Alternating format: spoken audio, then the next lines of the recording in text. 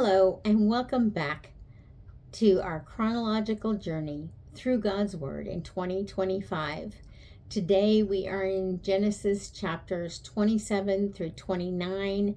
And before we dive into the content of these chapters, which is always the first place we start, I would like to remind you, if you haven't already, to like and subscribe.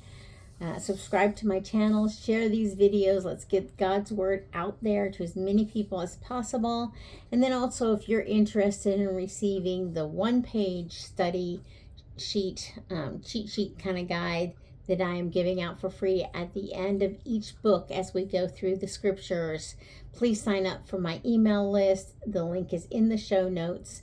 If you are catching this at the end of, sometime later in the year, and you want the books that you've missed, or even if you've missed Job, which is the first book that came out, the study guide, because of the chronological way we're doing it, those will always be available in the resource library attached to my blog. I call it the treasure trove. So if you're signing up in May and you want to get all those study guides, they're there for you as well. You didn't miss out. So sign up, get those study guides so you can dive more into God's Word. But for now, let's just look at chapters 27 through 29 in Genesis and see what these chapters tell us before we look at how they should impact our lives. So in chapter 27, Jacob deceives his father Isaac and steals Esau's blessing. Jacob is directed to do this by his mother Rebekah. Isaac and Rebekah each had favorites with the twin boys, and Jacob was Rebekah's favorite and Esau was Isaac's favorite. And favoritism never works out well for anybody involved, and that is illustrated for us in chapter 27, where Jacob, directed by his mother, steals the blessing from his brother Esau. And then later, Jacob will have to leave home because of that, because when Esau finds out about it, he is enraged, and he swears he will kill Jacob after their father Isaac dies.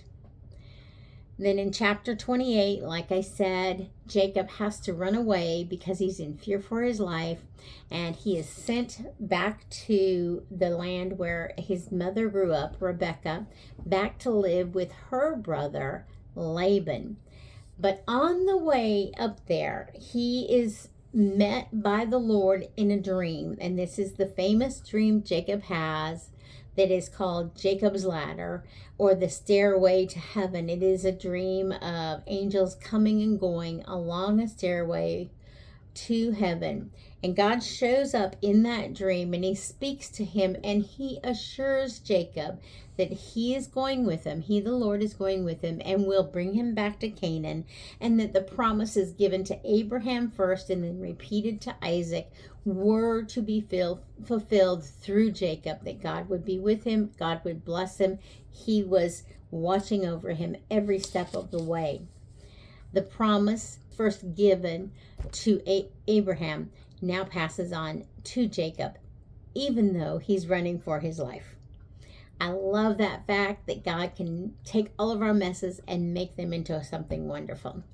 So that's chapter 28. And then in chapter 29, Jacob does arrive in the land where his mother grew up. It's pronounced, I think, Paddan Aram or something like that. But it is it's like a northern Syria, what would be modern day Syria area. And he goes up there and he lives with his mother's brother, Laban. That would be his uncle. He lives with his uncle for several years, and the reason he does that is he falls in love with Rachel. He wants to marry Rachel, and he agrees to work for Laban for 7 years so that he can marry Rachel. But then Laban does to Jacob exactly what Jacob had done to Esau and to his father Isaac. He tricks Jacob. And Jacob, at the end of 7 years, ends up marrying Rachel's sister Leah instead of Rachel. Not sure how that worked out physically, like must have been a veil or something so he couldn't see her. But that's what Laban did, tricked him into marrying her. And then he gave Rachel to Jacob as a second wife after Jacob agreed to work for 7 more years for Rachel. So during this time, the second set of 7 years after Jacob marries both Leah and Rachel, Leah begins to have babies and Jacob's family begins to grow, and that's where we end on chapter 29. Now, these 3 questions that we are going over every day, and I hope you have a journal. I hope you're going through them and recording your answers most of all. What do I learn about God in these chapters? What do I learn about myself in these chapters? Are you like Laban and Jacob, deceitful and tricking and trying to get your way all the time? That's kind of personal, isn't it? And then what do I need to obey or change in my life because of what I've read in God's Word today? As I said a few times already, I began the journey through scriptures by answering all 3 of these questions, providing you with an example, a model of what that would look like in my life. But I want to emphasize more the content as we continue through God's Word. And then you have the responsibility to ask and answer these questions for yourself. What do you learn about God? What do you learn about yourself? And what do you need to obey or change in your life? So I am going to share my answer to just one of those questions today, and that is the second question. What do I learn about myself? And this is what I wrote. Rebecca was very manipulative with Isaac and with Jacob in trying to get her way, to get Isaac to bless Jacob instead of Esau. And the truth about myself is that I can also be very manipulative. This is a choice I can choose to make or choose not to make, but it is part of my natural tendency.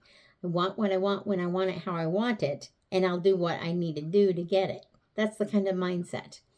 And it's not good. It's not healthy for me. It's not good for the people I'm surrounded by. It's not good for my family. It's not good for anyone in any way.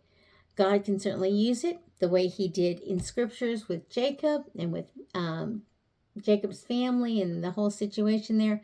But that does not mean it's good and righteous and holy. So I know this about myself. It is a tendency I have. I need to be aware of it. And I need to be deliberate about choosing not to manipulate, but instead to trust the Lord to work things out in the best way that he alone knows, and in his timing, his manner, his way, resting in his care and his love at all times. So that's my answer to number 2. What's your answer to number 2? Thank you for joining me today. I hope I'll see you back here again tomorrow as we continue our journey through Genesis, picking up in chapter 30. Thank you, and God bless.